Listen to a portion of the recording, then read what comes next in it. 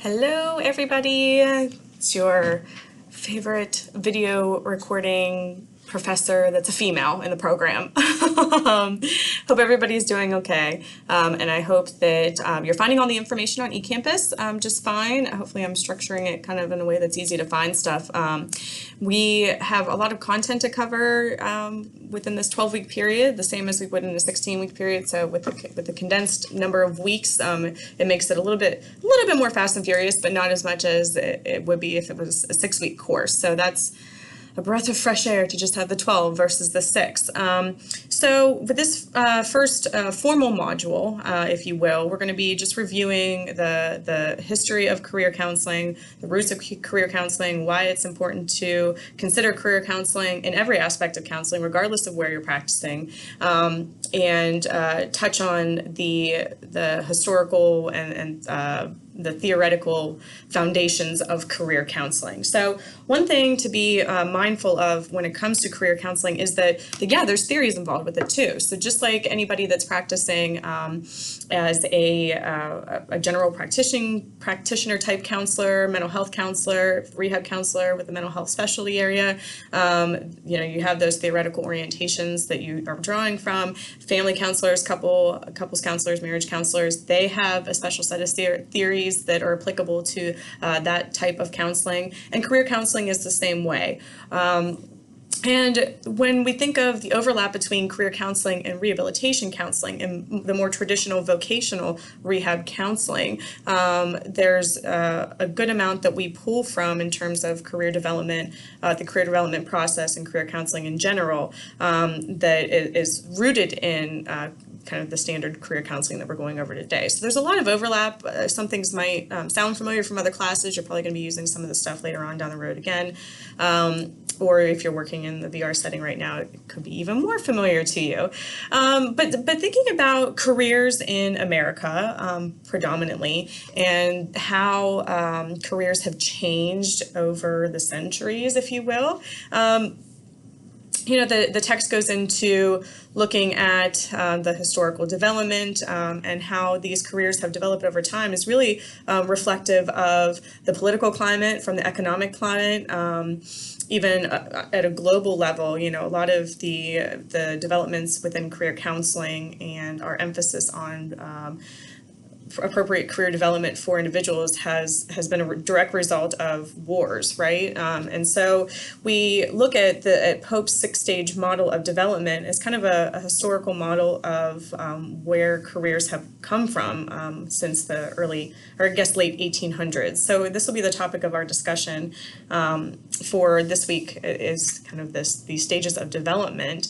And I think it kind of, hopefully maybe somebody will go back and reflect on these sooner than later, because it seems like now this, like from the 1990s to present, they've clumped all of that in. And for those of us that have an idea of what careers look like even in the early 2000s compared to now, I think it's time to maybe have a 7th stage of development when we're thinking about careers, now that we are in this advanced technological age where careers look vastly different, I think, now compared to what they look like in 1990, not even depending on the type of career. I mean, if you look at medical professionals and the way they practice and the tools that are available for doctors and physicians, if you think about what's available for counselors in terms of biofeedback and the advancements that we have made from a research perspective and understanding neurobiology, and really anything. Education, if you look at educational settings and how we're providing education to you all now. Certainly in 1990, the climate looked different. Distance education has been around for a while, longer than you probably think, but how we perform that, how we conduct ourselves in terms of this as a career, looks vastly different than what it did in 1990. So that's my little soapbox on the 6 stages of development. I think it's time for a 7th stage of development, Pope. So get on it. If there's anything that you're going to remember for testing purposes later, it is the name Frank Parsons. That name will come up in exams. Ingrain it to your long-term memory. Frank Parsons being kind of the father, quote unquote, of career counseling, and the text that he is best known for is choosing a vocation. So I'm just going to leave it at that. You know, these first couple of chapters are very key for things that you need to study for exam purposes. I don't like to teach to a test, but I can tell you from experience with the CRC and the NCE that they do like to ask questions about Frank Parsons and about career theory. So I also encourage you, I'm going to look over because I've got like a shared screen myself, but I encourage you to kind of do a little bit of research into the National Career Development Association, the NCDA. You know, it's one of the longest running national organizations out there that is linked to counseling in general. And so I encourage you to take a look at their website, see the resources that are available. You know, originally career counseling started as a way to get workers or veterans back into the workforce, right? Veterans that were coming home from the World Wars, World War I, World War II. You know, that's where we kind of saw that the major advent of career counseling as an occupation. You know, it's career counseling in and of itself is another one of those occupations that's unique, that it was supported by the federal government. So I encourage you to look at their website to see what the NCDA is looking to do now in terms of their professional organization and advocacy efforts. There are certainly counselors out there that have additional training, certifications, and they're really working solely as career counselors out there in our communities. So that is a track that counselors can go into. So when we're thinking about the basic issues around career counseling and things that we're going to dive into much deeper as we continue in the rest of this summer session, you know, when we're looking at the past, it's important to learn, you know, where we came from in terms of career counseling, the purpose of the assessments that were done, looking at developmental models of career counseling, the trait factor models that we're going to be talking about in Chapter 2. But it's really, you know, it's really interesting. No matter what age group you're working with, no matter what agency setting you're working in, no matter if you're working as a traditional rehabilitation counselor or not, you're going to be working with clients that put some value into a job or a career. And how we have looked at careers has changed dramatically over the years. If you think about like if I think about my parents' generation, which may not be the same generation as your parents, but the baby boomer generation and the jobs that they had, you know, they were their careers were lifelong, typically, right? So they would go to, you know, high school, a vocational program, college, they would get their necessary training and they would start a job. And not only would people stay in a job category, but they would stay with the same employer forever as well. So it's important to consider that depending on the age group that we're working with, how somebody even looks at career might be different. For me, in my age group, I understand career as something that's ever changing, that I never expected to be with the same employer for my entire career. I never expected to be in the same job for my entire career either. You know, so for me, looking at like a resume and seeing, you know, different employers over a period of time was something that I would not find to be unusual.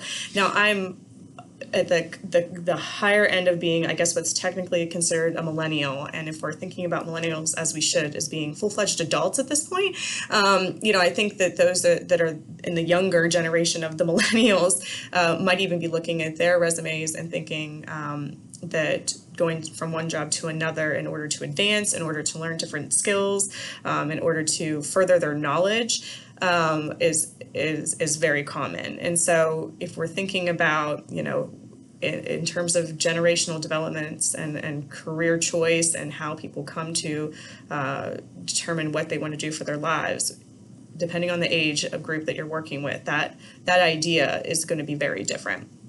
I mean, for instance, my brother is a real estate agent. my dad, for the longest time, and still today to a certain degree, gets very stressed out about the fact that my brother's not paying into like a dedicated retirement system. He doesn't understand how he goes about paying taxes.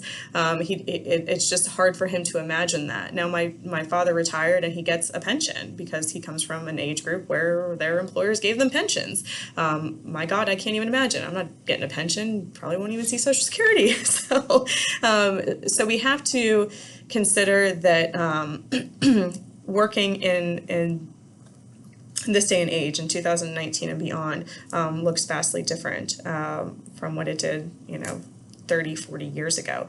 The other thing to consider is the demographics of our country and the aging population and older Americans that are still continuing to work, and how we can have multiple generations working within the same employment setting, and what that, the positives of that, the benefits of having that, and also the negatives of having that, and how individuals engage with each other. So I'm really diverging off of my topic here in terms of how this all relates to career counseling, but that's why I that's why I choose to do these video lectures.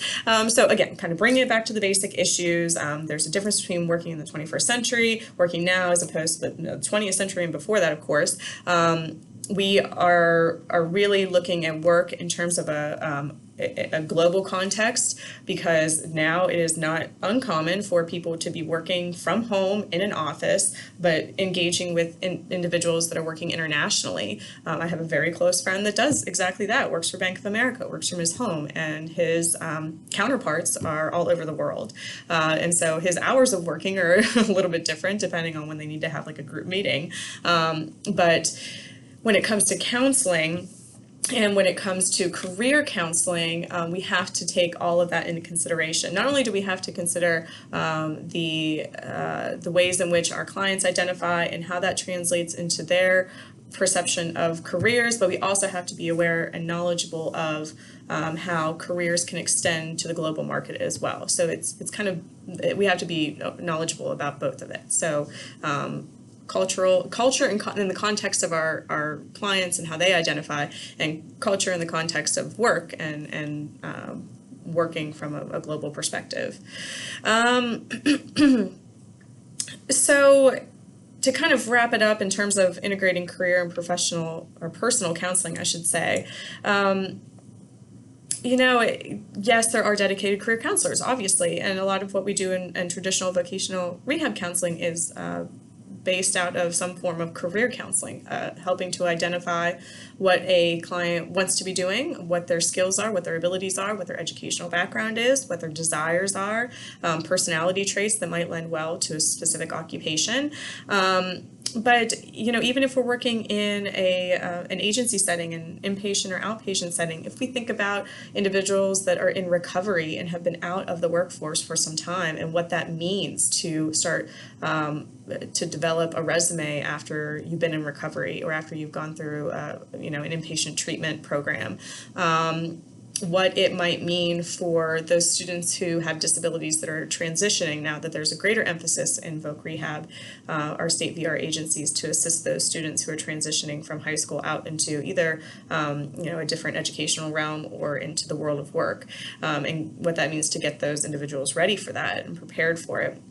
So, when it comes to integrating career and personal counseling, in my mind, you just can't separate them fully. Careers, whether we have them and we don't like them, if we have them, we like them, but they take too much of our time and we feel like we're being pulled in 15 directions. If we've had a career, got out of it, and need a new one, all of that influences our well-being, our mental health to a degree, and in this country specifically, we identify with our careers greatly. If you meet somebody, one of the first things you're going to do to introduce yourself is tell them what you're doing, right? Your career, as it were, right now for a lot of you guys is to be a student, but also you probably have other careers too, or you're working towards a career goal. So oftentimes we lead with that in this country. And so I think that is a testament to how much we truly identify with the career that we're in. And so we're going to learn more about all of this as we go along. And I hope that you guys find it interesting. I hope I can make it interesting for you. And I hope the discussions are thought-provoking. So I can assure you that the second chapter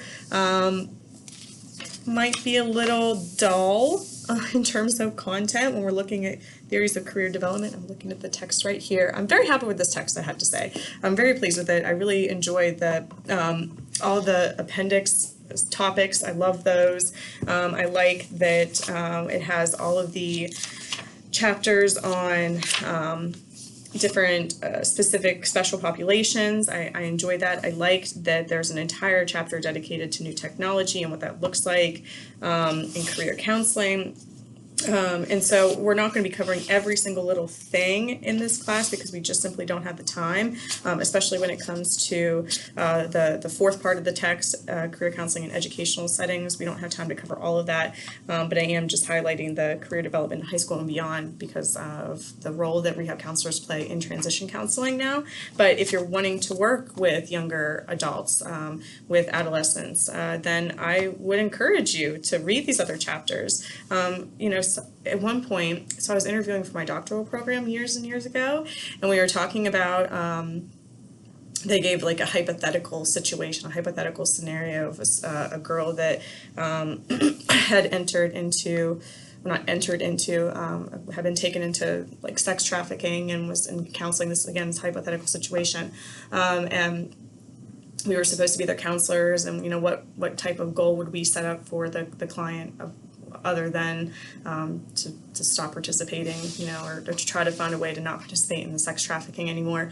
But I brought up the point of vocation, of careers, and another applicant who I would consider a friend now shot back, well, we're talking about a young girl. Why would she care about a career?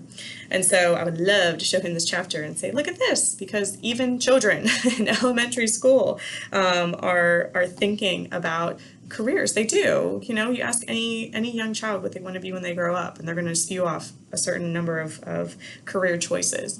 So it starts from an early age in our society that we start getting people thinking about what they want to do when they get older. What are they going to do? So that does start at an early age. So if you want to work with children and you want to work with the middle schoolers, God bless. But you know, I would encourage you to just take some time to read over those chapters too before you return the rented book. But so anyway, I digress. I'll leave it at that, you guys, and I'll try to pick it up with chapter 2 and the theories of career development.